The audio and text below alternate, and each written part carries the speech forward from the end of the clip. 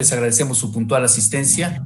Quiero comentarles que en esta ocasión vamos a presentar dos trabajos de ingreso de nuestros dos nuevos académicos, la doctora María Dolores Alcántar Curiel y el doctor Ignacio Santos Preciado será quien haga el comentario a su trabajo de ingreso, y la doctora María Isabel Alvarado Cabrero y la doctora Rodríguez Moguel Leticia será quien haga su comentario en este momento. Inmediatamente después empezaremos con el simposio del día de hoy, que se refiere a los cuidados paliativos, atención a la salud y bienestar, que la doctora María Elena Medina Mora coordinará. Le agradecemos de antemano su participación y ella nos presentará al resto de su equipo. Les agradecemos y al final de la sesión quizás nos queden algunos momentos para algunas preguntas y comentarios. Adelante, muy buenas tardes.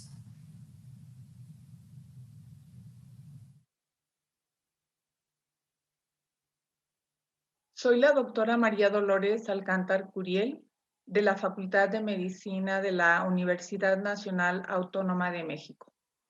Es un gusto para mí poder presentarles mi trabajo de ingreso en el área de microbiología a esta honorable Academia Nacional de Medicina de México.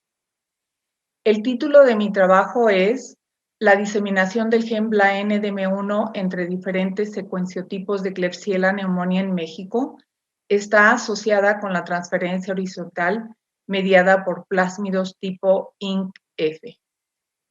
A manera de introducción, la resistencia antimicrobiana es un importante problema de salud pública mundial que se relaciona principalmente con el uso de antimicrobianos en el humano y en animales. Su tratamiento representa costos importantes para la economía personal y para los servicios de salud. Y también es un problema que causa discapacidad, estancias hospitalarias largas y la muerte del paciente.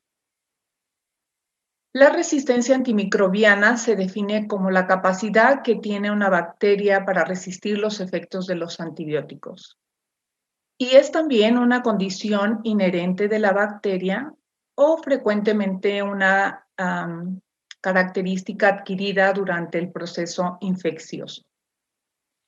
En la actualidad se ha definido un grupo de patógenos porque todos ellos son resistentes a los antimicrobianos y porque causan las infecciones más graves en el humano.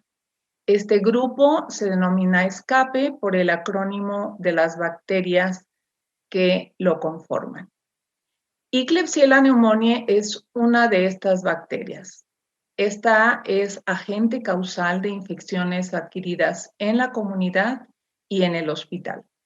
Y también se ha reportado que es resistente a antibióticos de amplio espectro como los beta-lactámicos, los aminoglucósidos y las quinolonas. Los carbapenémicos son antibióticos de amplio espectro que se utilizan para el tratamiento de infecciones por Klebsiella pneumoniae multidrogo resistente. Sin embargo, las bacterias son capaces de presentar mecanismos de resistencia contra estos antibióticos. El más frecuente es la producción de beta-lactamasas. Estas pertenecen a las clases A, B y D. Ahora bien, los genes que codifican para estas carbapenemasas se encuentran codificadas en el cromosoma bacteriano y mayoritariamente en plásmidos. La carbapenemasa NDM1 es la reportada más recientemente y es muy importante porque esta presenta un amplio espectro de acción. En las enterobacterias, los plásmidos que portan los genes de esta NDM1 se clasifican en 20 grupos de incompatibilidad, lo que indica su fácil diseminación entre bacterias. Por otra parte, las cepas de Klebsiella pneumoniae que son productoras de estas carbapenemasas se definen como clonas de alto riesgo debido a su capacidad para colonizar, propagarse y persistir. Asimismo, los secuenciotipos 258 y 11 actualmente se definen como prototipos de clones epidémicos que se encuentran diseminados por todo el mundo.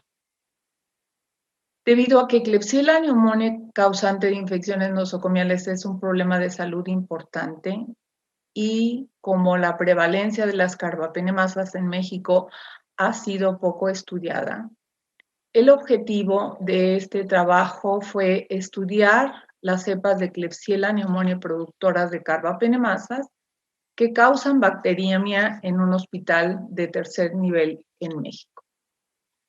Para ello se recolectaron aislamientos consecutivos, no duplicados, de Klebsiella pneumoniae de hemocultivos de pacientes con bacteriemia nosocomial de enero a diciembre del 2017 en el Hospital Civil de Guadalajara, un hospital universitario de tercer nivel que tiene 899 camas. Las infecciones nosocomiales se definieron según los criterios del Centro para el Control de Enfermedades. Las metodologías utilizadas fueron el uso de sistemas automatizados y lineamientos del CLSI para la susceptibilidad antimicrobiana de las cepas, el PCR para la detección de genes de resistencia, la técnica de Eckart para identificación de plásmidos y el polimorfismo de longitud de fragmentos de restricción para la similitud plasmídica. Utilizamos ensayos de conjugación para caracterizar a los plásmidos, electroforesis en gel de campos pulsados para identificar la clonalidad de los aislamientos y finalmente la tipificación multilocus de secuencias para la relación taxonómica de las cepas. En cuanto a los resultados, colectamos un total de 80 cepas de Klebsiella pneumoniae, las cuales presentaron frecuencias muy similares en los servicios de cirugía, medicina y la unidad de cuidados intensivos pediátricos con un 26, 25 y un 20%. En cuanto a la susceptibilidad antimicrobiana, observamos que por arriba del 50% de las cepas presentó un perfil de multidrogo resistencia, siendo resistentes a los monobactámicos, a las cefalosporinas, a los aminoglucósidos, al trimethoprim sulfametoxazol y a la colistina. 10 de estas cepas fueron resistentes tanto a imipenem como meropenem, lo cual representó el 13%. En cuanto a las cepas que fueron resistentes a beta-lactámicos, observamos que fueron un total de 43 cepas, las cuales presentaron o pertenecieron a 40 clonas diferentes, con lo cual concluimos que las bacterias de este estudio presentaron una variabilidad clonal a lo largo de los diferentes servicios hospitalarios. La mayoría de ellas fue portadora de la beta-lactamasa TEM1 y de la CTX-M15. 10 de estas cepas fueron portadoras de la beta-carbapenemasa NDM1. El análisis filogenético demostró que las cepas de Klebsiella pneumoniae portadoras del gen BLA NDM1 pertenecieron a diferentes secuenciotipos. Estos secuenciotipos son reportados por primera vez como portadores de la carbapenemasa NDM1 y también es la primera vez que se reportan en nuestro país. A continuación, identificamos los aislamientos portadores de plásmidos y en ellos realizamos los ensayos de conjugación. Los 31 plásmidos conjugativos que portaban los genes de resistencia presentaron 8 patrones de restricción diferentes. Pero las bacterias portadoras de la carbapenemasa NDM1 presentaron o pertenecieron a 2 grupos de incompatibilidad, el INC-F y el INC-F2A.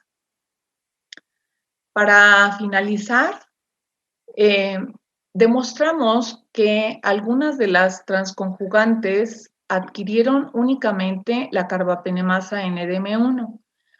Algunas otras adquirieron en conjunto la beta-lactamasa TEM1, otras la CTX-M15, y una más que adquirió todas las beta-lactamasas junto con las aminoaciltransferasas que confieren la resistencia a aminoglucósidos. Como conclusiones, este estudio demostró la prevalencia de Klebsiella pneumoniae multidrogo resistente, causante de bacteriemias, en las diferentes áreas del Hospital Civil de Guadalajara. Los aislamientos resistentes a los carbapenémicos fueron portadores de las carbapenemasas NDM1. El gen NDM1 se encontró en plásmidos conjugativos similares, tipo INC-F, lo que explica su diseminación nosocomial y su persistencia entre diferentes clonas y secuenciotipos que están siendo reportados por primera vez en México. Finalmente, estos resultados alertan sobre la vigilancia y el control de la propagación de bacterias multidrogo resistentes en este hospital. Por último, quiero dar un agradecimiento a todos los investigadores colaboradores de este trabajo, que son de la Facultad de Medicina de la Universidad Nacional Autónoma de México, del Hospital Civil de Guadalajara, de la Escuela Nacional de Ciencias Biológicas del Instituto Politécnico Nacional y de la Facultad de Farmacia y Bioquímica de la Universidad de Buenos Aires en Argentina. Por último, quiero ceder la palabra a mi maestro, el doctor José Ignacio Santos Preciado, a quien le agradezco sus enseñanzas, apoyo y dirección, y le pido haga los comentarios pertinentes al trabajo. Gracias. Doctor José Jalabe Sherem, presidente de la Academia Nacional de Medicina, estimados académicos, señoras y señores que nos acompañan en esta sesión, muy buenas tardes. Agradezco a la Academia Nacional de Medicina y es un gusto muy particular el poder presentar la réplica al trabajo de ingreso que presenta la doctora en Ciencias, María Dolores Alcántar Curiel, a nuestra academia. Doctor Alcántar es profesor titular de tiempo completo de la Facultad de Medicina de la Universidad Nacional Autónoma de México. Es titular de la asignatura Microbiología y Parasitología y profesor adjunto de la materia optativa Uso racional de antibióticos en el tratamiento de enfermedades infecciosas. La doctora Alcántar se ha dedicado a la investigación en el área de las enfermedades infecciosas, especialmente en el estudio de la epidemiología molecular, de la resistencia antimicrobiana y las características moleculares de bacterias nosocomiales, en particular Klebsiella pneumoniae, por más de 30 años. Podemos constatar su dedicación al tema con su tesis de maestría Opsonic Capacity of Hyperimmune Serum Against Outer Membrane Proteins of Klebsiella pneumoniae en 1992 y su tesis doctoral Klebsiella pneumoniae 35 and 36 kilodalton important common antigens in different serotypes and induced opsonic antibodies en el año 2000. Durante este tiempo ha sido responsable técnico colaboradora de diferentes proyectos de investigación que han recibido financiamiento por concurso. Para el desarrollo de su línea de investigación y de dichos proyectos, ha establecido colaboraciones con investigadores nacionales e internacionales. Que esto ha dado como resultado las publicaciones de diferentes trabajos de investigación. Su productividad y desempeño ha sido reconocida como investigadora del Sistema Nacional de Investigadores Nivel 2. El trabajo de ingreso, la diseminación del gen BLA-NDM1 entre diferentes secuenciotipos de Klebsiella pneumoniae en México, está asociado con la transferencia horizontal de resistencia mediada por plásmidos. Klebsiella pneumoniae es una de las enterobacterias de mayor importancia en el ámbito hospitalario a nivel mundial y es considerada como una de las principales causas de neumonía hospitalaria y como agente etiológico de entre 3 a 8% de todas las infecciones bacterianas nosocomiales en unidades de cuidados intensivos, donde se aíslan cada vez con mayor frecuencia cepas resistentes a cephalosporinas de tercera generación y con resistencia combinada a múltiples antibióticos. Los carbapenémicos son antibióticos de amplio espectro, para el tratamiento de infecciones por Klebsiella pneumoniae multidroga resistentes. Sin embargo, la emergencia de enterobacterias productoras de beta-lactamasas denominadas carbapenemasas en el ámbito hospitalario representa un verdadero problema de salud pública tanto en México como a nivel mundial. El subtipo más frecuente de esta enzima es la NDM1, que es codificada por el gen de origen plasmídico, que tiene un amplio espectro de hidrólisis que hace que las bacterias que lo poseen sean resistentes a un gran número de antibióticos beta-lactámicos, entre ellos los carbapenémicos. El presente trabajo de la doctora Alcántar y colaboradores utilizaron la tipificación multilocus de secuencias para analizar la prevalencia de carbapenemasas, su diseminación nosocomial y su persistencia entre diferentes clonas provenientes de aislamientos clínicos consecutivos, no duplicados, de Klebsiella pneumoniae de hemocultivos de pacientes con bacteriemia nosocomial del Hospital Civil de Guadalajara. La tipificación multilocus de secuencias es una técnica de alta resolución de tipificación genética para la caracterización taxonómica de bacterias y otros microorganismos, técnica poco utilizada en México. Esta técnica, sin embargo, permite identificar especies o cepas de patógenos que impactan la salud pública, como es el caso de Klebsiella pneumoniae. El procedimiento caracteriza muestras de especies microbianas mediante la secuenciación de ADN de fragmentos internos de varios genes de mantenimiento. Estos genes son los que se expresan como resultado de la interacción entre el ARN polimerasa y el promotor, sin la necesidad de regulación adicional. Estos genes se caracterizan por tener niveles de expresión constante en todas las células y condicionan en un mismo organismo. El parentesco de muestras es representado mediante el dendrogramas construidas utilizando la matriz de diferencias pareadas entre sus perfiles alélicos, como se mostró por la doctora en su presentación.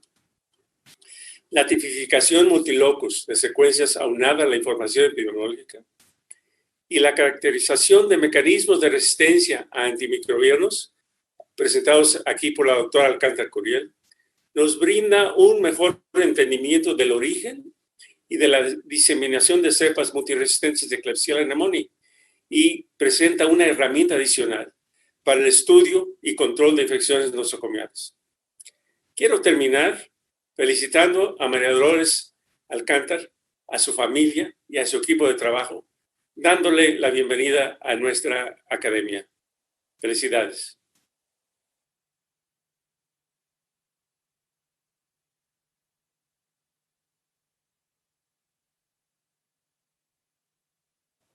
Buenas tardes, soy la doctora Isabel Alvarado Cabrero, jefa del Departamento de Patología del Hospital de Oncología del Centro Médico Nacional.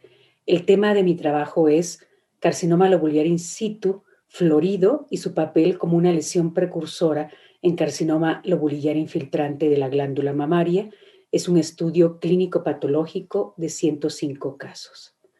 El carcinoma lobular in situ fue descrito por Foot y Stewart en 1941, y ellos lo conocieron como una enfermedad que afecta múltiples lóbulos y conductos, y desde allí se consideraba como un tipo peculiar del cáncer invasor. Sin embargo, es importante mencionar que durante todos estos años, el carcinoma lobular in situ se ha considerado únicamente como un factor de riesgo, de tal suerte que antes de la última AJCC o sistema de etapificación de las neoplasias, el carcinoma lobular in situ se consideraba como tal, un carcinoma incipiente. Algo grave sucedió porque en la última edición de la AJCC, que es la 8ª edición, se le dejó de conceptuar como un carcinoma in situ y únicamente se mencionó que era una lesión proliferativa que concedía cierto riesgo para el desarrollo del cáncer. El resultado de esto es subestimar el tratamiento de las pacientes con esta lesión y la importancia clínica de las mismas.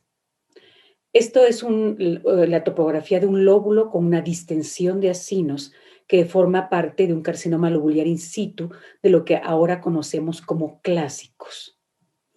En esta mastografía se observan una serie de microcalcificaciones que por lo general es el hallazgo morfológico de carcinomas intraductales o carcinomas ductales infiltrantes. Sin embargo, hoy en día sabemos que en algunas ocasiones el carcinoma lobular in situ puede presentarse también con estos calcios que derivan de que la necrosis central puede formar los mismos. Estas fotomicrografías formaron parte de un trabajo que fue el TORAL para el conocimiento de nuevas variantes de carcinoma lobular in situ. Vemos que la distensión es tal de los acinos que pareciesen conductos y que hay necrosis central, pero las células que constituyen a esta lesión son de bajo grado, sin siquiera nucleolos aparentes. Y todos sabemos que el carcinoma intraductal de alto grado tiene alto grado nuclear. La doctora Tavasoli nos exhortó a un grupo de patólogos que nos dedicamos a la patología mamaria fundamentalmente, a buscar este tipo de lesiones. Y únicamente encontramos 18 casos. Fuimos patólogos de muchos lados del mundo, lo que pone de manifiesto que este fenómeno es raro. Pero lo más importante de este artículo es que 12 de 18 casos de carcinoma lobular in situ con comedonecrosis estuvieron asociados a carcinoma infiltrante de tipo lobular. Esta fotomicrografía pone de manifiesto una lesión que nosotros describimos aquí en México. Es también acinos con conductos con una gran cantidad de células en anillo de sello, comedonecrosis y calcificaciones. En nuestra publicación pusimos de manifiesto que de los 10 casos encontrados, 8 estaban asociados a carcinoma lobular infiltrante. Entonces, en este punto podemos de nueva cuenta hacer referencia a nuestro asombro con respecto a la JCC octava edición que le quita el significado de una lesión in situ al carcinoma lobular y que puede llegar a ser precursora de neoplasias infiltrantes. Y antes de empezar con mi trabajo, esta publicación del año 2019 observa que de 22 pacientes con carcinoma lobular infiltrante florido, el 75% se asociaron a un carcinoma invasor. Nosotros revisamos en un periodo de 20 años todos aquellos casos diagnosticados en el departamento de patología como carcinoma lobular in situ, que tuviesen láminas y bloques para poder analizarlos de nueva cuenta y hacer marcadores de inmunohistoquímica como la E-caderina. Además, la información clínica la buscamos en los expedientes radiológicos para ver los hallazgos mastográficos, así como los expedientes físicos o a veces en los expedientes electrónicos. En todos los casos se utilizó la E-caderina, que vale la pena señalar que la E-caderina es negativa en todos los casos de lobulares in situ e infiltrante, lo que nos permite diferenciarlos de los carcinomas ductales in situ e infiltrantes. Para el estudio estadístico se utilizó la T-de-Student. Esta es una fotomicrografía que ilustra espalda con espalda. Esto es un carcinoma lobular in situ clásico, es focal. En el carcinoma lobular in situ que hoy les presento, la definición es que son conductos con una gran distensión, que en ellos caben en su diámetro aproximadamente 40 células y en donde hay incluso un fenómeno de confluencia. Por eso se llama florido. Aquí tenemos un acercamiento en donde de nueva cuenta son células de bajo grado pero con comedonecrosis y calcios. Entonces, obtuvimos de todos los casos en 20 años de carcinomas lobulares in situ fueron 375 casos, que de acuerdo al nuevo criterio de la Organización Mundial de la Salud, los clasificamos. 206 fueron clásicos, 64 pleomórficos y del ejemplo que ahora estamos estudiando fueron 105 casos que representó el 28% de todos los carcinomas lobulares in situ en el lapso que ya les menciono. Algo importante en cuanto a la edad. Son similares estos hallazgos a la literatura, en tanto que El carcinoma lobular in situ florido por lo general se presenta en mujeres posmenopáusicas. Aquí vemos que nuestra mediana de edad fue de 54 años, comparada con el carcinoma lobular in situ clásico, que fue de 45 años. Este se presenta sobre todo en mujeres premenopáusicas. Vemos que nuestra P fue significativa.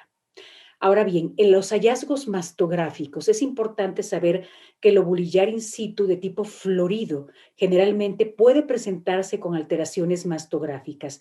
Y vean ustedes que se presentó en el 43% de los casos con microcalcificaciones a la manera de cómo se presenta en ocasiones un carcinoma intraductal, y si se le compara con el clásico, solo un 5.8%.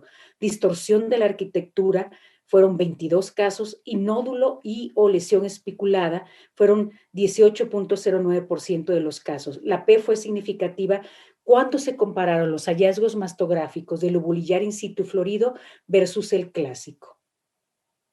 Aquí es lo más importante de nuestro estudio.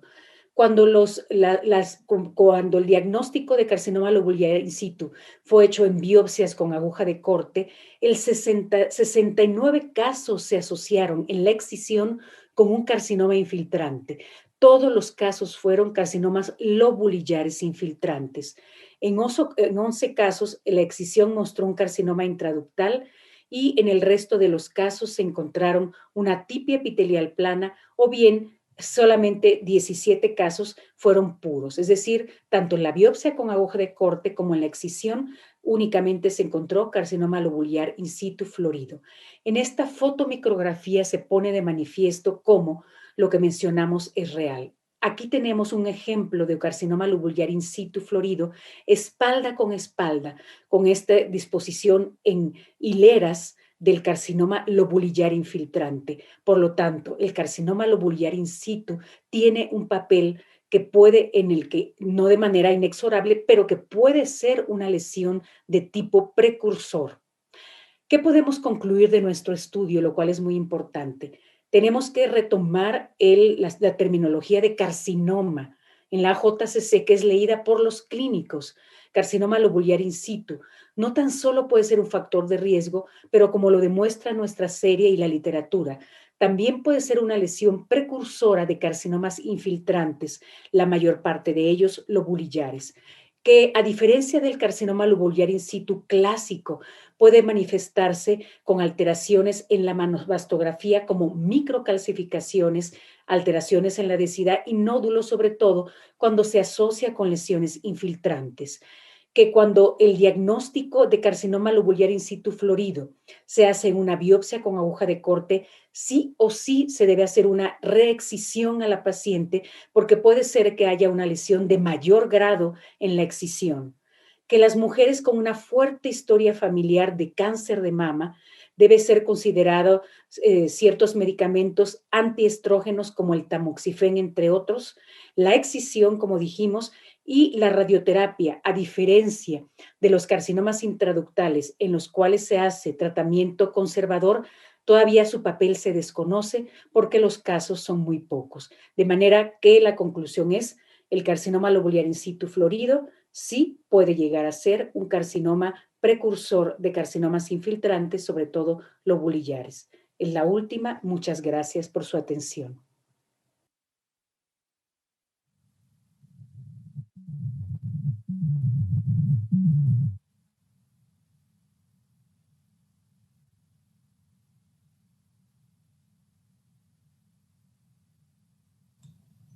Doctora Leti, no sé si gusta darnos su comentario.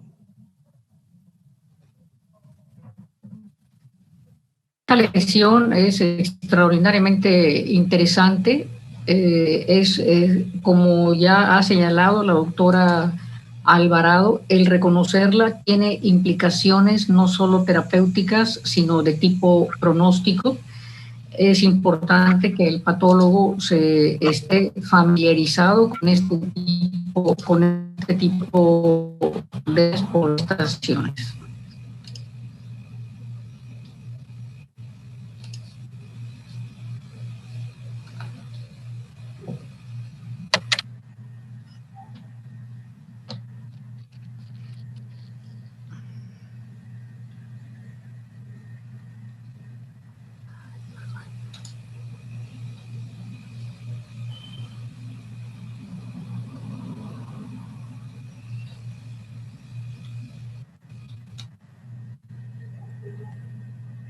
Muchas gracias, doctora Leti Rodríguez. Muchas gracias, doctora Rodríguez, y nuevamente bienvenidas a las doctoras María Dolores Alcántar Curiel y a la doctora María Isabel Alvarado Cabrero. Bienvenidas a la Academia. Las invitamos a que continúen trabajando en beneficio de la Academia Nacional de Medicina. Muchas gracias, doctor.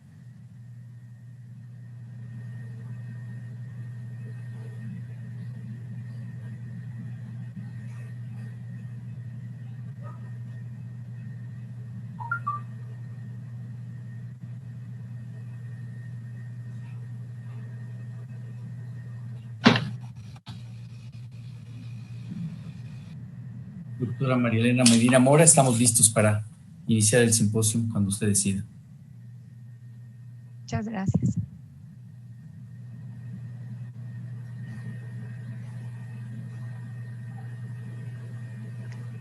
Muchísimas gracias por la invitación, doctor Jalabe, y también muchísimas gracias, doctor Germán Fajardo. Presentaremos un simposio sobre cuidados paliativos, atención a la salud y al bienestar. Son trabajos del Seminario de Estudios de la Globalidad en la UNAM. Yo voy a hacer una introducción a este seminario y después tenemos el honor de contar con nosotros al doctor Roberto Tapia Conger, que hablará de la formación de pasantes de medicina. Él es director general de la Fundación Carlos Slim.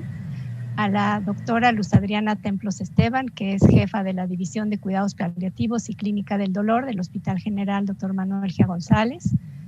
A la doctora Nayeli Vianey Salazar Trujillo, que ella es algióloga y es certificada en cuidados paliativos y coordinadora del grupo de trabajo de calidad al final de la vida del Seminario de Estudios de la Globalidad.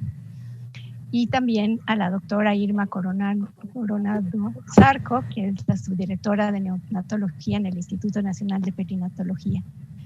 La doctora Nayeli Salazar nos hablará de la pedagogía de la muerte, la doctora Irma Coronado sobre la salud perinatal e infantil y la doctora Adriana Templo sobre rompiendo las brechas, abasto oportuno de medicamentos esenciales.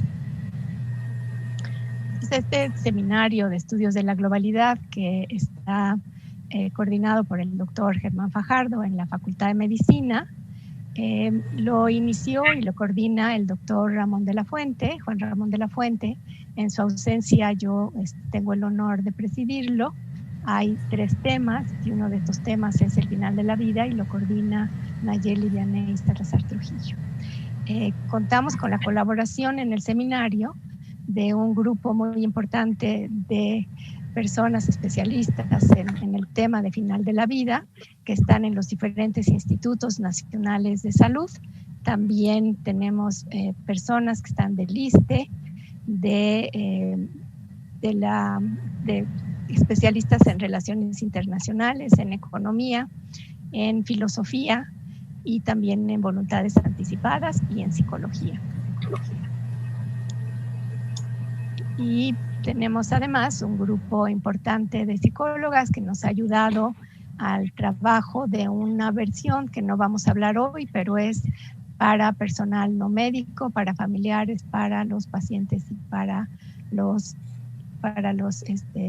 enfermos. Y este programa tiene el apoyo de la Fundación Río Barronte, quien han hecho posible la versión en línea de estos 2 elementos, que es este diplomado de cuidados paliativos en la rama humanitaria y los cuidados paliativos paramédicos, que se hablará más adelante, un programa en Chiapas, que ha sido muy interesante porque tiene otros retos muy importantes, también que funciona con apoyo de la Fundación y desde luego pues, con la guía y el liderazgo del doctor Tapia. Y también en el seminario tenemos la parte del medicamento y la parte también del mercado ilegal, en donde ambos seminarios se complementan de una manera muy importante. ¿Para qué es lo que buscamos? Pues buscamos dar un manejo integral a los cuidados paliativos y en una manera colaborativa, multidisciplinaria, y que sean apoyados o proporcionados por equipos de salud para que pueda ser posible atender todas las facetas de las necesidades del paciente y de su familia, ya sea en el inicio de la enfermedad que está poniendo límite a la vida cuando están en hospitales o cuando están en sus casas. Y pues desde luego nos fundamentamos en los acuerdos del Consejo de Salubridad General con una visión integral para proporcionar la capacitación en todos estos elementos que nos marca la norma. Pues sabemos nosotros que hay una gran cantidad de personas que requieren la atención de cuidados paliativos en el mundo, pero que muy poca proporción de las personas que lo requieren están recibiéndolo, y que ahora en la pandemia esta especialidad se ha vuelto especialmente importante porque es la que ha permitido trabajar con los enfermos que están en los hospitales, con sus familiares que están fuera, con el trabajo antes y después de este momento, y desde luego también con la preparación para la muerte. Lo que nosotros vemos es que en el México, pero también en el mundo, esta necesidad es muy, muy importante, y que en global se estima que solamente alrededor del 12% de las necesidades de atención se satisface, y que digamos, ha habido muchos avances, que eso nos da mucha esperanza, pero también tenemos muchas necesidades enfrente.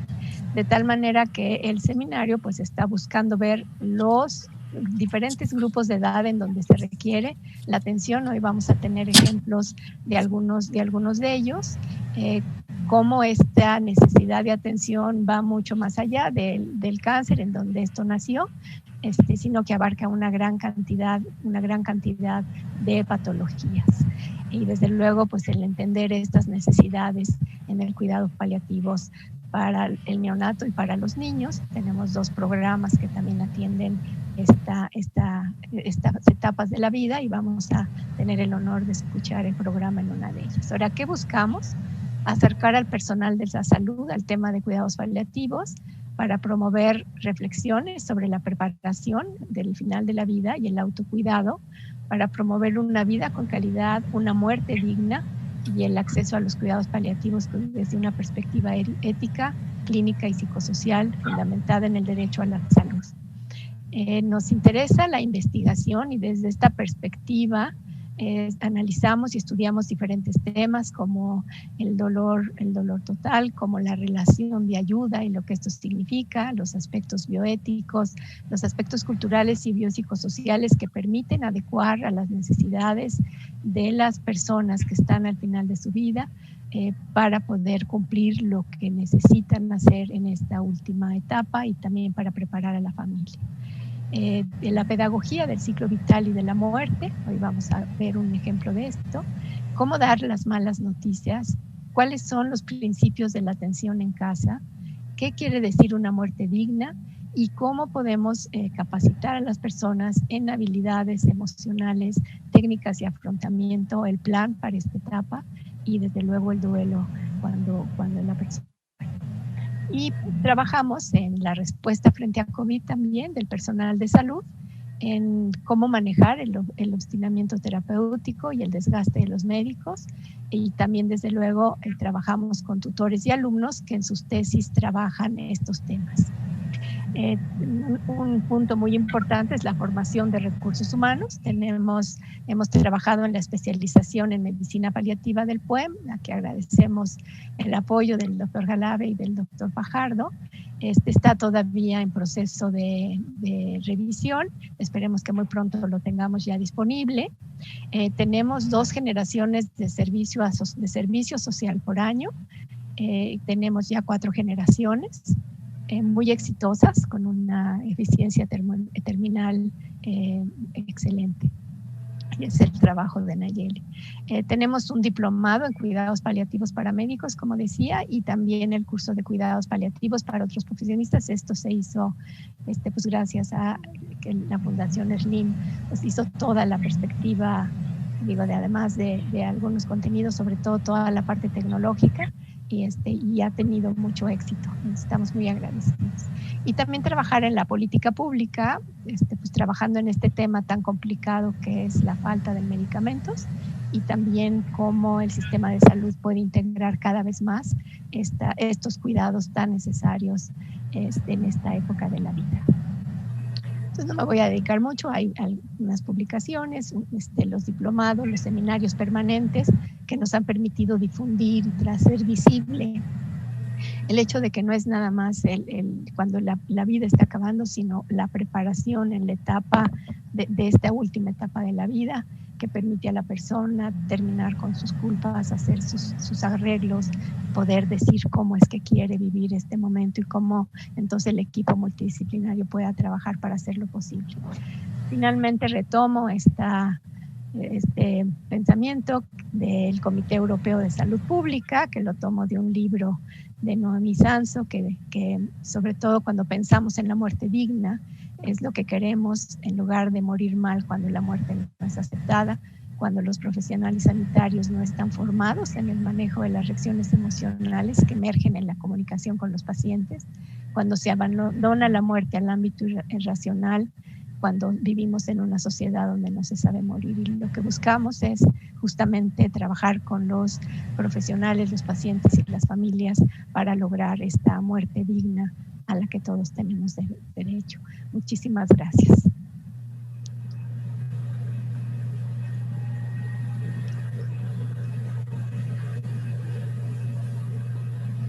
El siguiente trabajo lo presentará el doctor Roberto Tapia, como decía. Él hablará sobre la formación de pasantes de medicina, que estas 4 generaciones pues, son posibles gracias a que él ha estado en este tema con nosotros. Muchas gracias.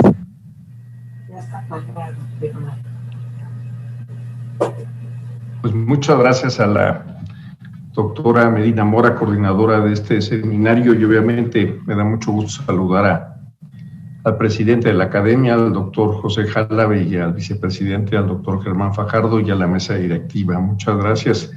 Pues efectivamente, ante toda esta tendencia que nos comenta la doctora Medina Mora, fue trascendental desde hace 5 años explorar alternativas a ese año de pasantía de los egresados de la carrera de medicina, y esto se generó en alianza justamente con la Facultad de Medicina y la Fundación Carlos Slim para iniciar este proceso de sensibilización con el tema de suyo prioritario, pero también considerando que el periodo de 1 año de los pasantes pues es un espacio en el que la gran mayoría están en la formación para competir a través del programa de especialidades médicas, el examen, pero que pues algunos de ellos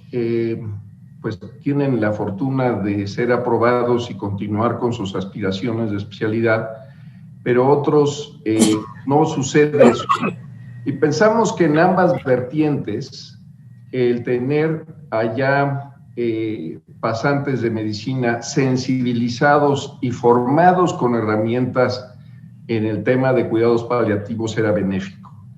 ¿Eso qué quiere decir? Que si continúan con sus aspiraciones de hacer una especialidad, ya están bajo un contexto de formación, orientación y sensibilización en el tema, y de no ser así incluso se convierte en un espacio alternativo laboral para esos futuros médicos generales. Entonces, ese es el primer tema, y es que justamente el programa de formación, en este caso con la Facultad de Medicina y llevado y conducido por el seminario, es fortalecer estos conocimientos básicos en la parte, y a través de estos 2 instrumentos, que es la preparación de los pasantes, como ya lo comentó la doctora Medina Mora, con este diplomado en línea, como abordaje integral del paciente con enfermedad limitante para la vida, pero a su vez de tener la práctica clínica en espacios que afortunadamente se han ido sumando. Así podemos ver en la siguiente lámina que tenemos ya sedes, y pueden ver aquí la evolución e interés que se ha mostrado al inicio de hace 5 años, pues justamente como estos pasantes deciden entrar en este programa, no tienen derecho a la beca correspondiente. En la fundación se les apoya para tener la beca, pero más allá de eso es el darles ese contenido, ese contexto que la Facultad de Medicina da, que el programa, tanto en la parte académica como en la parte clínica, y se han ido sumando, y esto es en respuesta al interés que se ha dado de las distintas generaciones. Y aquí pueden ver ustedes ya las sedes, tanto de hospitales generales, institutos nacionales, en tanto del Instituto Nacional de Pediatría como el de Perinatología, hospitales de alta especialidad, y así podemos ir incluso el Hospital Infantil y el Hospital General La Villa. Y poco a poco se han ido interesando otras universidades, pero ya esta es una línea, creo que con muchas posibilidades de mantener y de tener un mayor impacto. Ahora bien, viendo ya el tema específico del diplomado, la doctora Medina Mora fue muy modesta y la verdad es que se cuenta con un liderazgo extraordinario de expertos en el Seminario de Estudios de la Globalidad. Eso ha permitido hacer todo este diplomado de muy alta calidad en una plataforma tecnológica muy eficiente, sin costo, que eso es muy importante, es en una plataforma cuya tecnología permite que el estudiante o el que está haciendo el curso no consuma sus datos en ningún momento, y esto rompe por lo menos una barrera económica que a veces es pues infranqueable desde una perspectiva de las condiciones en las que se encuentra la persona que está tomando el diplomado. Y como pueden ver aquí, es una participación de distintas instituciones, distintos abordajes, y eso le da un enriquecimiento natural. Ahora, por el otro lado, pues este diplomado, como podemos ver en la siguiente lámina, tiene el objetivo del desarrollo de competencias técnicas para el diagnóstico y tratamiento, pero sobre todo el que podamos iniciar ese proceso de profesionalización. Es muy importante el tema de la posible especialización en este tema, pero en lo que esto sucede, y quienes ya tienen otra disciplina, otra especialidad, también pueden incluso tener esta alternativa para profundizar en el manejo de lo que son todo el tema de enfermedades limitantes, tanto en el primero, segundo o tercer nivel de atención. Ahora bien, ¿qué tiene este diplomado? Pues son 8 módulos con 13 temas. Aquí pueden ver la diversidad. Tienen estos elementos tanto específicos también, no solo de los aspectos generales, pero de los cuidados paliativos en pediatría y perinatología. Y aquí pueden ver que se abordan los temas bioéticos, regulatorios, los modelos de atención, habilidades para comunicar, las necesidades psicosociales y las manifestaciones. Muy importante el manejo del dolor y los aspectos farmacéuticos, y obviamente el manejo de las urgencias y casos especiales. Es un diplomado de 240 horas que se tiene estimado que se cursa realmente en un poquito más de 2, casi 3 meses, y que ha tenido éxito. Y así podemos ver en la siguiente el tema del diplomado, pues se está haciendo tanto con pasantes. Hay estados que han tenido una iniciativa, como es el estado de Chiapas, de Guanajuato, de Morelos y Yucatán, y tenemos un grupo de médicos y enfermeras de la unidad temporal Citibanamex que también lo están. Y aquí vemos ya los profesionales de salud que la han tomado. En total 1,061, con una eficiencia terminal del 72%, que es muy alta. Pero además existe la alternativa de hacer el módulo de cuidados en perinatología o también de pediatría, y podemos ver que ya en estos casos los módulos, después de haber tomado el aspecto general de diplomado, su eficiencia rebasa el 94%. lo cual para hoy esta modalidad en línea, pues cada vez estamos alcanzando niveles mayores por arriba del 70 y el 80%, lo cual es extraordinario porque la gran mayoría del tiempo se lleva a cabo en las horas libres, digamos entre comillas, de quienes toman estos cursos. Por último, quisiera, si bien la doctora Medina Mora decía que no lo íbamos a tocar, pero pensé que era muy importante hablar también de este otro gran esfuerzo que se ha hecho con el seminario. Y es un curso para la capacitación de personas no profesionales en el tema de la salud. Esto es la socialización, la sensibilización para familiares y voluntarios, dada la creciente necesidad. Y esto se vivió mucho, pues obviamente en el marco de la pandemia y del requerimiento de que exista acompañamiento, no solo del profesional de la salud, sino del contexto inmediato, cotidiano, permanente que tiene la familia, y también para generar un mejor entendimiento de la familia en el abordaje hacia el integrante de la misma en esta condición al final de la vida. Así es que creo que estos son temas, esto nos lleva a temas como los siguientes, que es el que también conozcan los derechos del enfermo y para salvaguardar su dignidad y libertad, los temas de alimentación, los temas espirituales, el manejo de infecciones, el tema de su manejo del dolor, del sufrimiento y sobre todo el responder con oportunidad ante las urgencias paliativas correspondientes. Y pues bien, como estamos viviendo en esta era, ahora incluso la academia, nos encontramos en su sesión en términos virtuales, pues en la siguiente lámina vemos que hemos empezado con este año, se empezó en esta generación con el arranque presencial y se graduaron a través de estas vertientes hoy de virtualidad y con estas expresiones a la distancia, pero muy agradecidos y reconociendo el gran valor, la experiencia y la entrega de los tutores, de quienes han participado. Y creo que esta es la expresión que hoy vemos en esta nueva era, en esta nueva etapa, en esta nueva normalidad, y creo que le estamos dando un acceso y una aceleración muy relevante al conocimiento en temas que hace apenas unos años, literalmente, si bien no eran ignorados, no eran retomados con la seriedad y el seguimiento requerido. México tiene ya normas muy claras, tiene temas interesantes, se tienen que modificar. Ya la doctora Medina Mora hablaba de la necesidad de políticas públicas. Tenemos que profundizar en el tema de ese marco de política pública, pero mientras tanto, en la medida de estar fortaleciendo a los recursos humanos sensibilizados o súper especializados en el tema, se está avanzando en una etapa igual de importante al final de la vida. Les agradezco mucho su atención. Muy buenas tardes.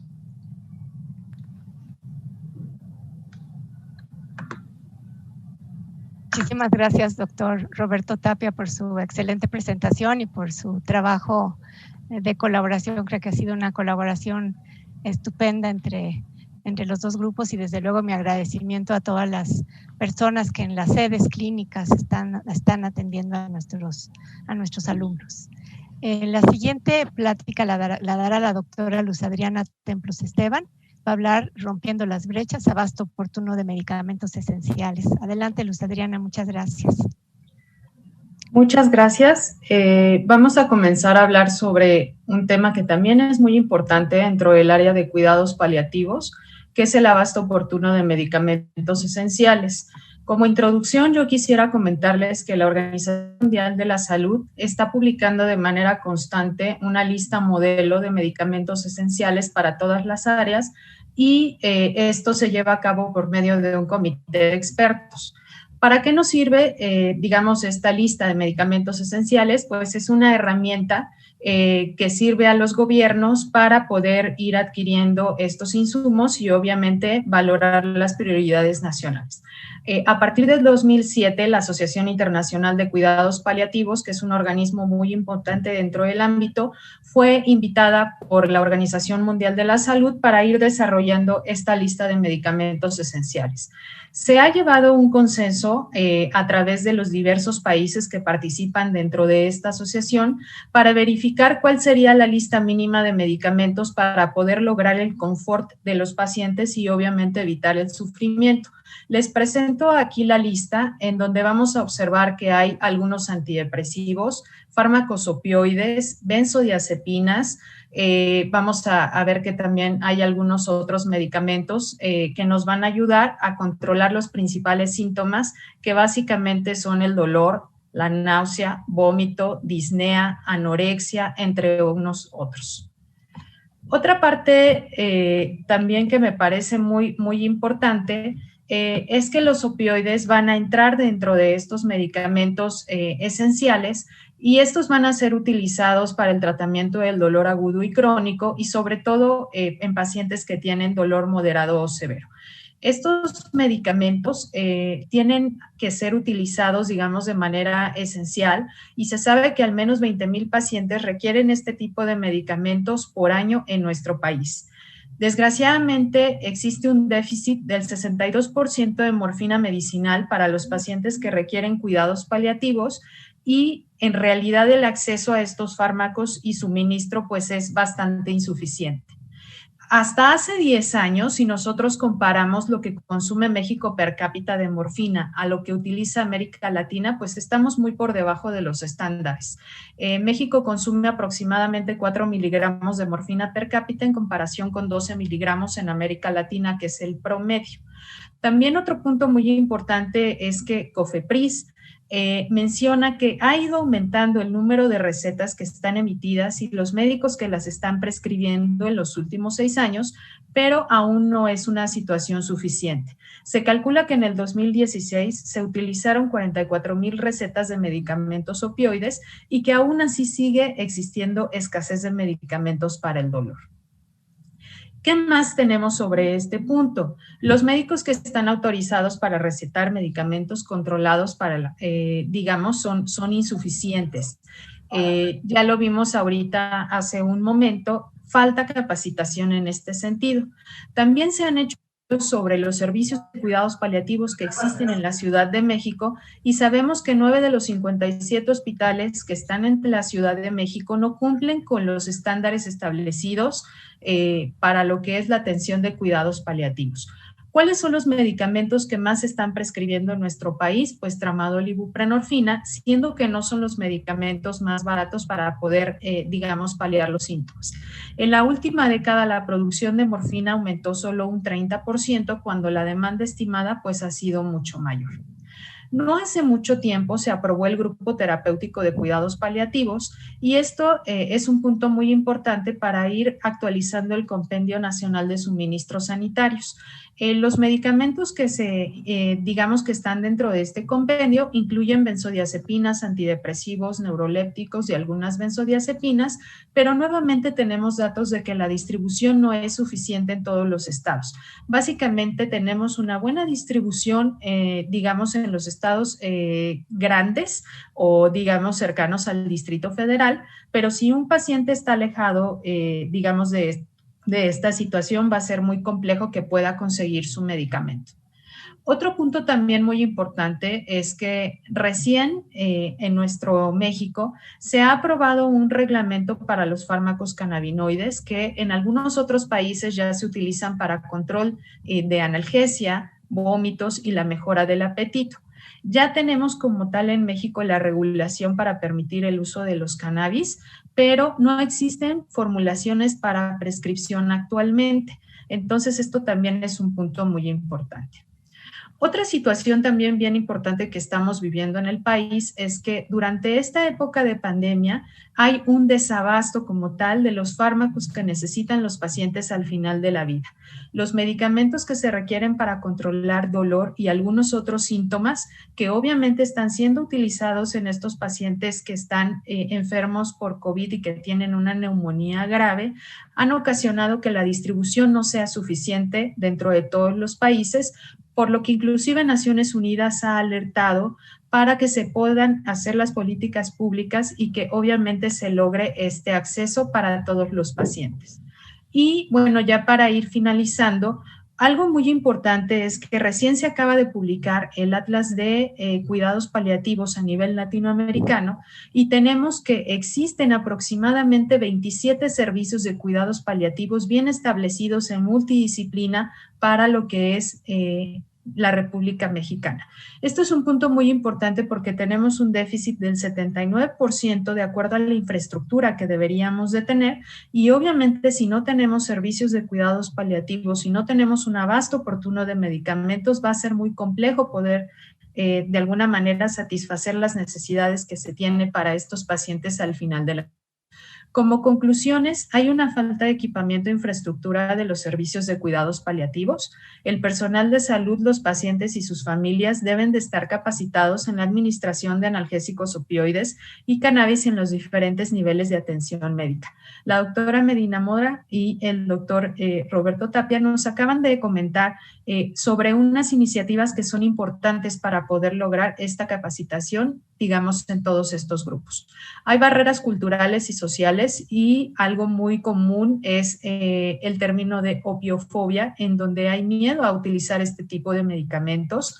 Se requiere de manera urgente mecanismos para establecer políticas públicas que permitan un acceso a este tipo de fármacos con fines analgésicos y para controlar adecuadamente los efectos generados por sobredosis. Faltan prescripciones farmacéuticas para poblaciones pediátricas. En nuestro país no tenemos acceso a este tipo de formulaciones y un punto muy importante es que definitivamente la República Mexicana no es el único sitio donde hay déficit o no hay un abasto oportuno de estos medicamentos esenciales. Es muy importante tomar en cuenta esta situación, obviamente, para poder lograr una buena calidad en la atención. Muchas gracias.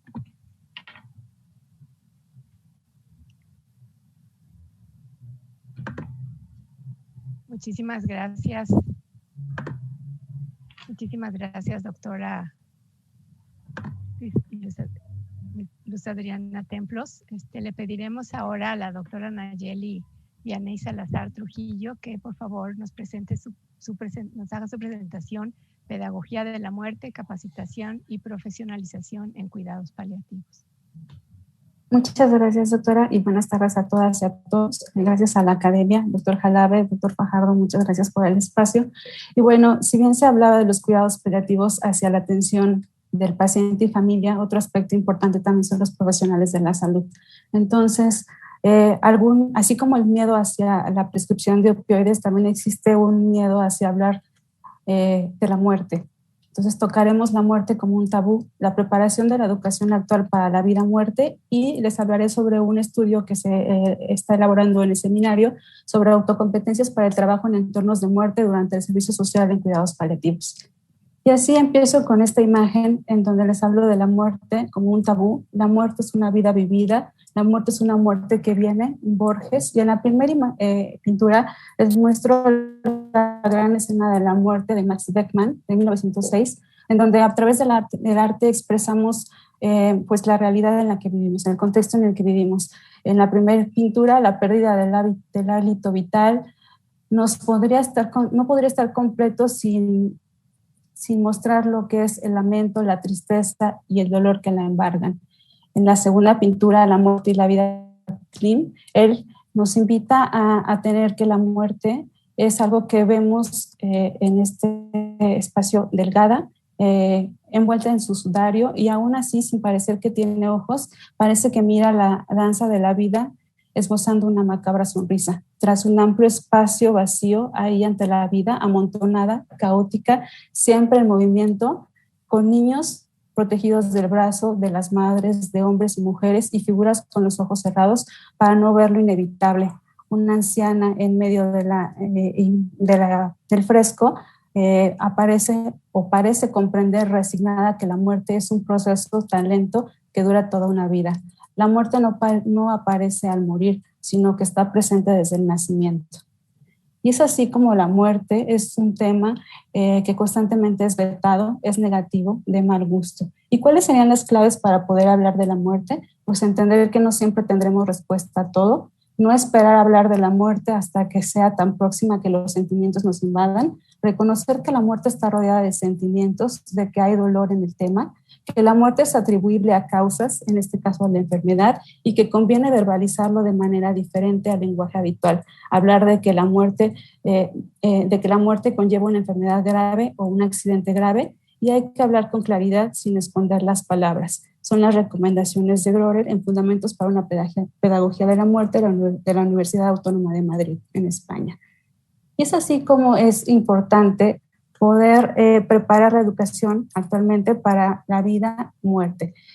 Y aquí es importante hablar sobre la pedagogía de la muerte, en donde es fundamental entender el ciclo de la vida para poder favorecer el autocuidado de las personas, entender que es importante el cuidado y animar a hablar de temas sobre el autocuidado. Es útil tocar en la educación los temas no solo para prepararse para la muerte, sino también para entender la importancia del autocuidado. Aún así, también es importante hablar sobre la pedagogía del duelo, en donde personal formado en estas áreas como los psicólogos o los pedagogos tratarán aspectos como basados en evidencia en cuanto al abordaje del duelo, a las emociones negativas que puede llevar este proceso y así pasarlo a un proceso de transformación y crecimiento. Y si desde las aulas, las familias, los medios de comunicación, las políticas educativas se incluyera la educación para la muerte como un contenido global, ordinario y normalizado, se estaría enseñando a vivir completamente. En el estudio que estamos realizando sobre autocompetencias para el trabajo en entornos de muerte durante el Servicio Social de Cuidados Paliativos, es porque los profesionales que brindan cuidados paliativos experimentan retos emocionales y existenciales a consecuencia de pensar en su propia muerte, la de sus seres queridos, la de los pacientes, a lidiar con emociones, el sufrimiento de los pacientes, de los familiares y poner en duda los propios supuestos sobre la vida y la muerte, por lo que es fundamental adquirir competencias para afrontar el impacto de la muerte en sí mismos y en los pacientes para poder garantizar también una calidad en la atención. Por eso es que la competencia para el trabajo en entornos de muerte se compone del afrontamiento existencial, que es definida como la habilidad para lidiar con temas existenciales como el significado de la vida y del sufrimiento que surgen en contextos de trabajo con la muerte. También así como el afrontamiento emocional, que es la habilidad para manejar las emociones surgidas ante el trabajo con la muerte.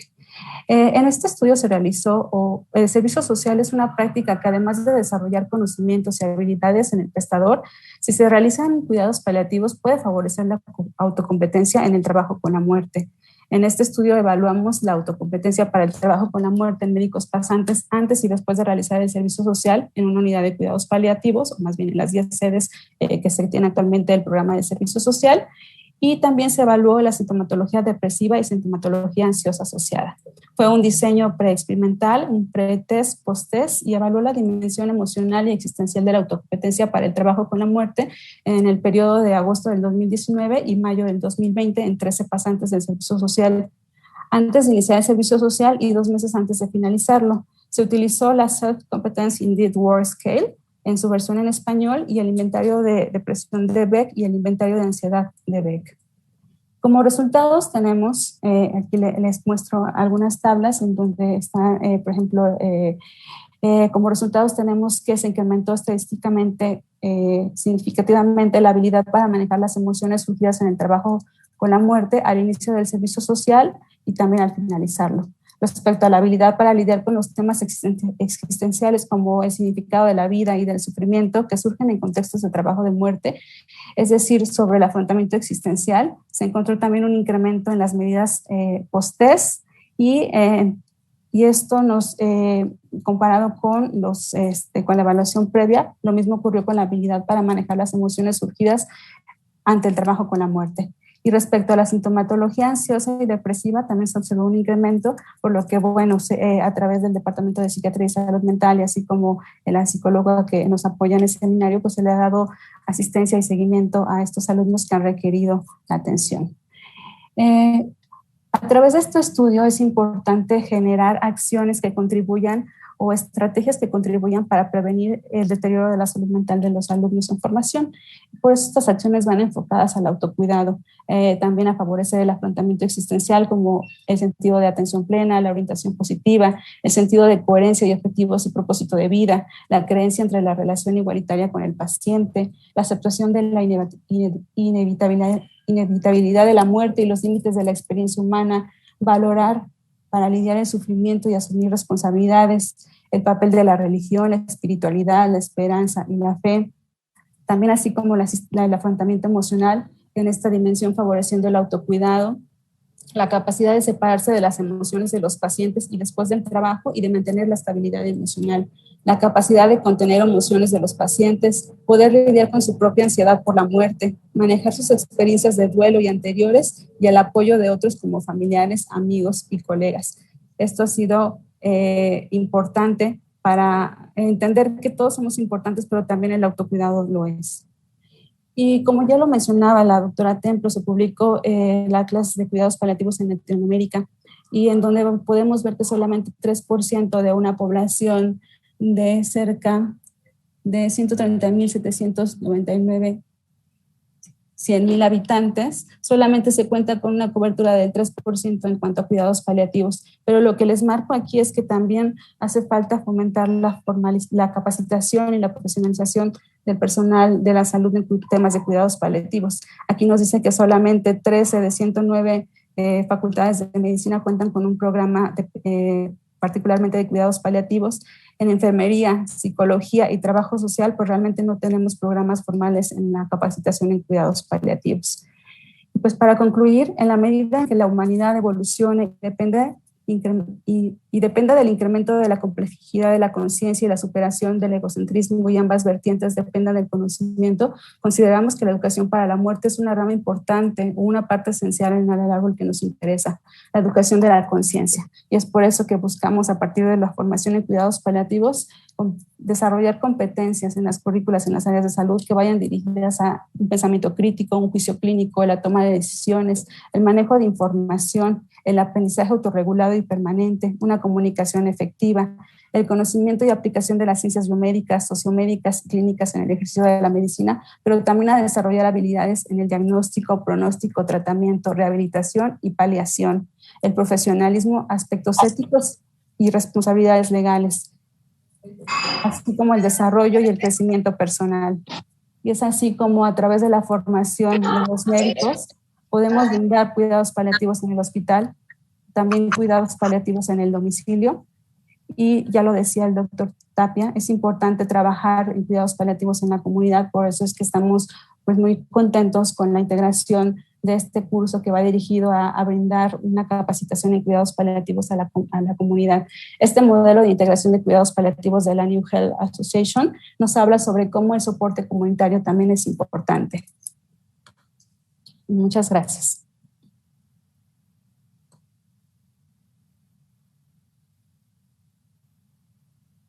Muchísimas gracias, doctora Salazar. El trabajo realizado es realmente muy importante y tu coordinación excelente. Muchas gracias.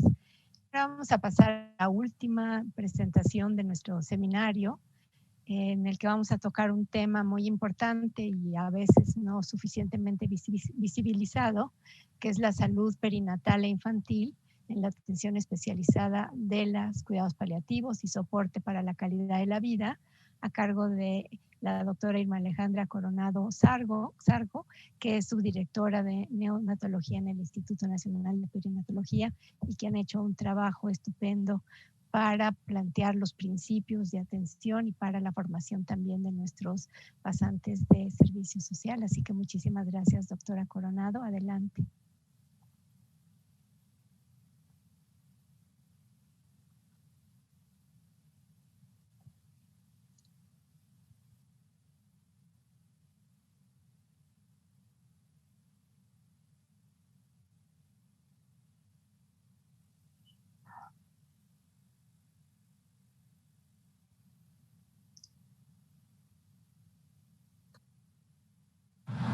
No escuchamos su audio, doctora. Está bien, ¿ya se escucha? Sí, perfecto. Gracias. ¿Cómo sería una sociedad perfecta? Hacer de la justicia una realidad para todos. Martin Luther King. La justicia como principio bioético es complejo y pues no nos daría mucho tiempo en esta pequeña charla para analizarlo a profundidad, pero me gustaría plantear lo siguiente en relación a este principio. Tratar a todos por igual no equivale a generarle a todos la misma oportunidad. Todos valemos lo mismo, pero no somos iguales. En el principio de construcción de la sociedad planteado por John Rawls, la justicia tendría que ser la base de esta construcción social y de ahí generarse las instituciones que permitieran la distribución de derechos, libertades, deberes y bienestar, y así desarrollar la oportunidad para el desarrollo del potencial de cada uno de los seres humanos en base a sus necesidades. La vida es la oportunidad más grande que existe en el universo. A partir de que fue creada la Tierra, tuvieron que transcurrir cerca de 1.500 millones de años para que ocurriera el fenómeno de la fotosíntesis. Para que surgiera la inteligencia humana, tuvieron que transcurrir más de 4.500 millones de años. De manera que somos como esa pequeña flor en el desierto, en este gran desierto que es el universo. Y sin embargo, no hemos logrado como humanidad brindarle a todos los seres humanos la oportunidad de desarrollar todo el potencial que tiene. Vemos estas estadísticas. 1 de cada 1.000 nacidos vivos en Islandia fallece. En Lesoto, 43 de cada 1.000 nacidos vivos fallece. México, 6 de cada 1.000 nacidos vivos fallece. Es importante mencionar que cerca del 90% de las muertes neonatales ocurren en tan solo 10 países del planeta. Y en México contamos con algunos municipios que pueden superar incluso la mortalidad de Lesoto, hablando de muerte neonatal. Por otro lado, es importante recordar que no solo se trata de vivir, sino de vivir con dignidad, en todo momento e independientemente de nuestro futuro.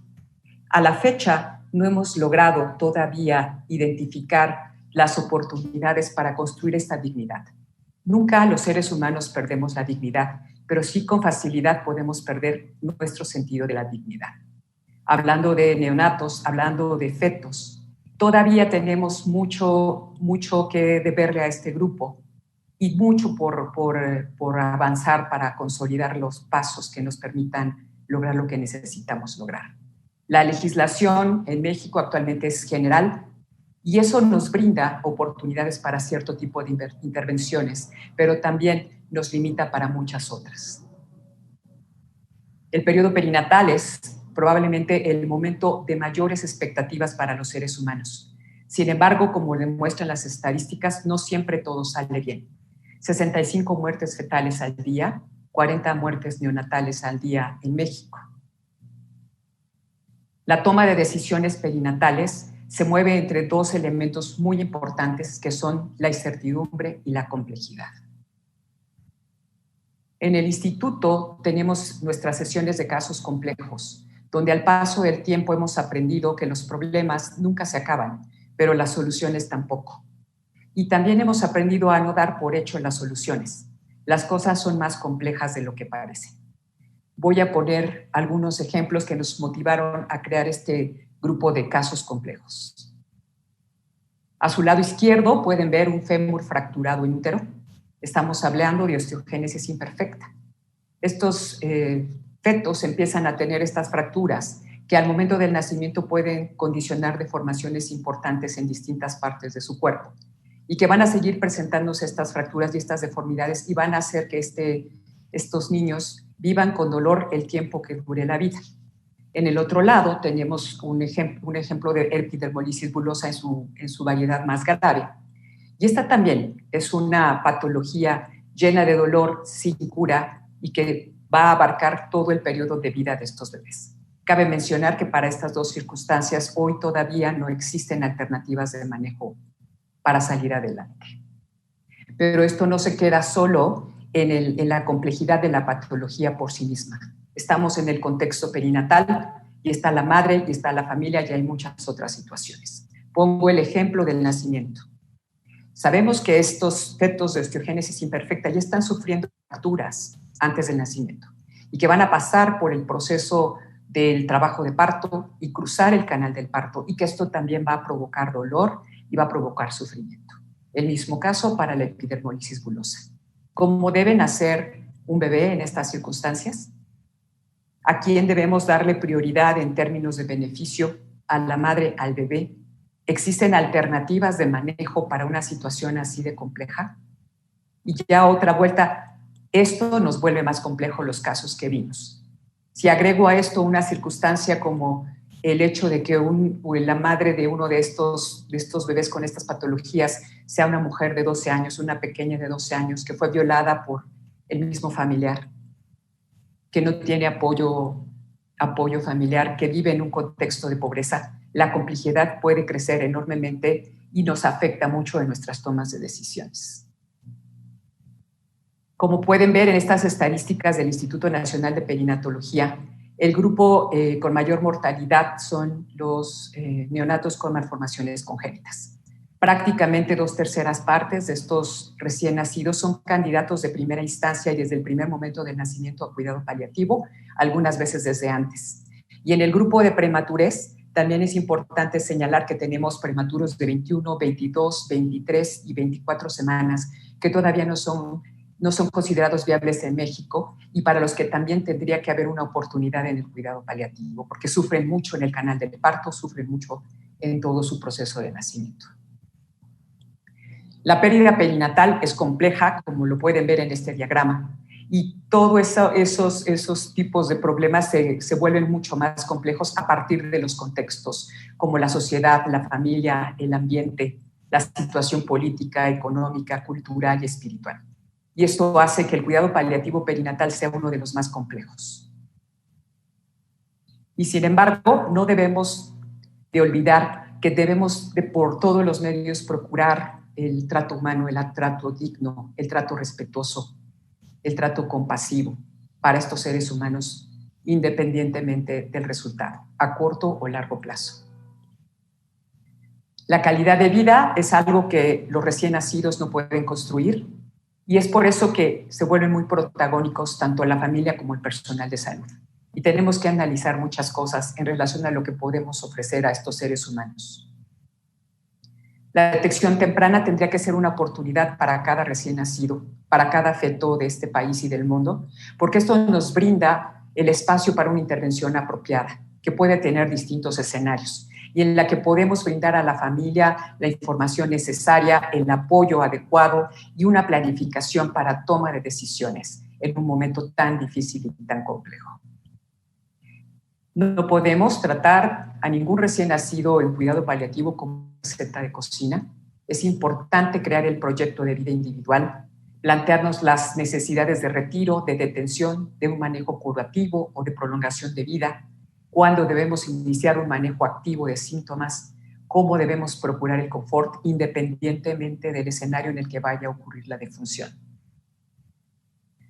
Cuidado paliativo perinatal es el abordaje multidisciplinario para mejorar la calidad de vida de los pacientes y sus familias ante una condición que amenaza la vida. Y va a oscilar, como ocurre en otras épocas de la vida, entre lo curativo, entre la prolongación de vida y entre lo paliativo exclusivamente. Al inicio del año académico siempre le pregunto a los residentes de neonatología cuál es su mejor deseo para esos recién nacidos que van a pasar por sus manos.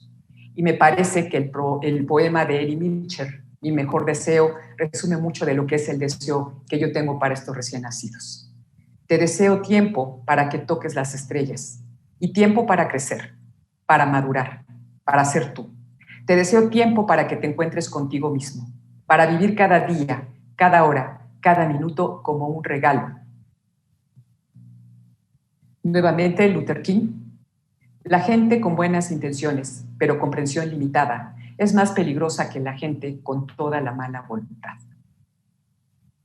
Agradezco mucho el haber podido hablar en este foro tan importante y tan destacado a nombre de aquellos los que no pueden hablar, los vulnerables entre los vulnerables. Para mí ha sido un honor Muchas gracias por su atención.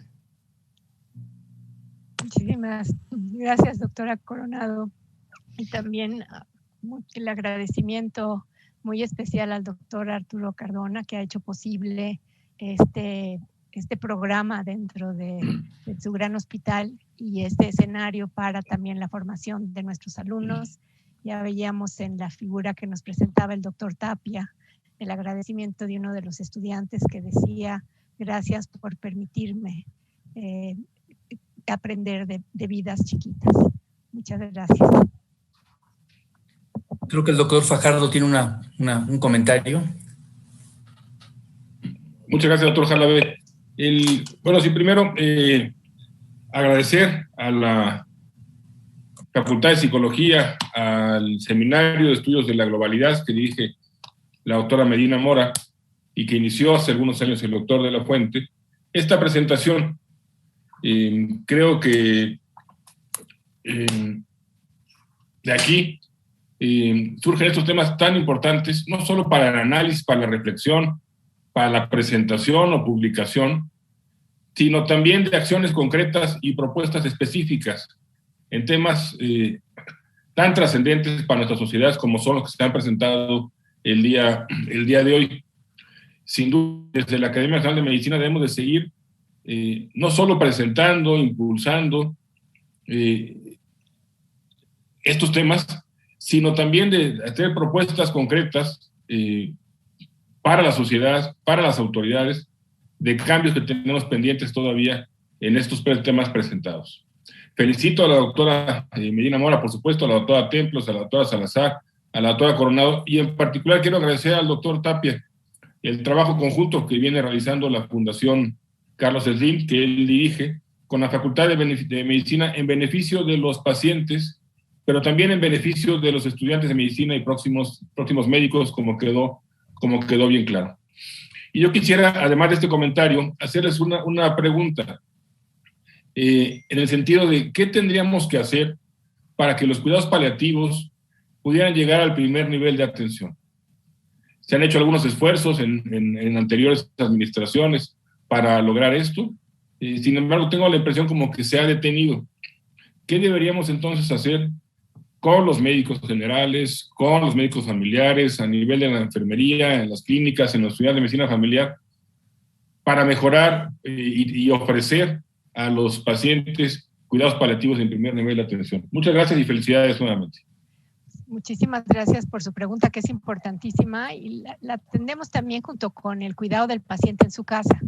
Y yo quisiera preguntarle a quién de las ponentes quisiera contestar esta pregunta. La doctora Adriana Templos. Ok. En realidad el cuidado paliativo se inicia desde que tienes un buen trato con tu paciente, desde que le das una información adecuada, cuando eres empático a la situación que está viviendo él y su familia. Si bien no hay establecidos muchos servicios de cuidados paliativos, como lo vimos hace un momento dentro de las presentaciones, falta mucho personal capacitado en este sentido. Un punto muy importante es que desde pregrado todas las áreas de salud tengan esta educación y esta visión de que sí podemos prevenir las enfermedades, también podemos curarlas, pero también el cuidado paliativo es un continuum de la atención. Entonces, desde el punto de vista, si el personal médico y todas las áreas de la salud están capacitadas en este sentido, se puede ofrecer un muy buen manejo de cuidados paliativos sin tener como tal un servicio.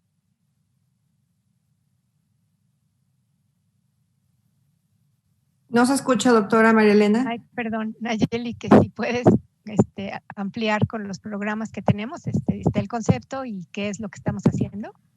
Pues yo creo que aprovechar el espacio que hay, están muchos representantes de las instituciones de salud a nivel nacional, pues yo creo que es continuar con una estrategia de hacer la formación en el primer nivel de atención. Creo que hay representantes del IMSS, del ISSSTE, la academia. Entonces yo creo que a partir de este espacio, pues generar una estrategia para llegar al primer nivel de atención. Los recursos se tienen, podemos hacer uso de la tecnología con lo que ha apoyado la Fundación Carlos Slim, es un recurso gratuito, entonces yo creo que podemos sumar esfuerzos, que es lo que hace falta en los cuidados paliativos, ¿no? Realmente poder hacer una cohesión entre todos los equipos, sí, si bien hay pocos equipos formados completos, pero creo que el primer nivel de atención, pues no hay nada. Entonces creo que toca trabajar en primer nivel de atención y pues sumar esfuerzos como instituciones para poder capacitar y pues por lo menos tratar de pues garantizar este cuidado y pues también mejorar los sistemas de referencia hacia los hospitales de segundo y tercer nivel de atención que estarían atendiendo únicamente casos complejos en cuidados paliativos. Entonces es fortalecer el primer nivel de atención.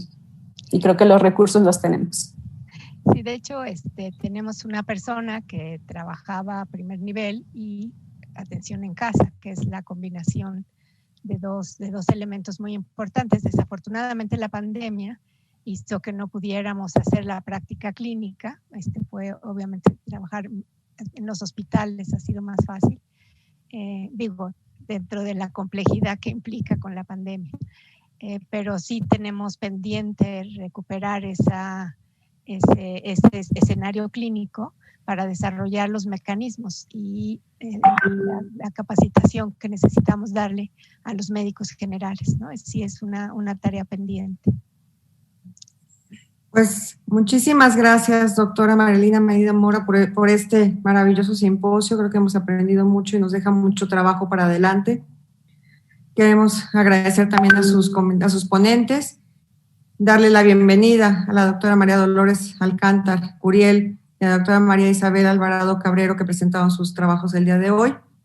Y con esto no me queda más que despedirnos el día de hoy e invitarlos para la sesión del próximo miércoles, donde también tendremos 2 presentaciones de trabajo de ingreso y el simposio que tendremos del proceso educativo y la importancia en las ciencias de la salud.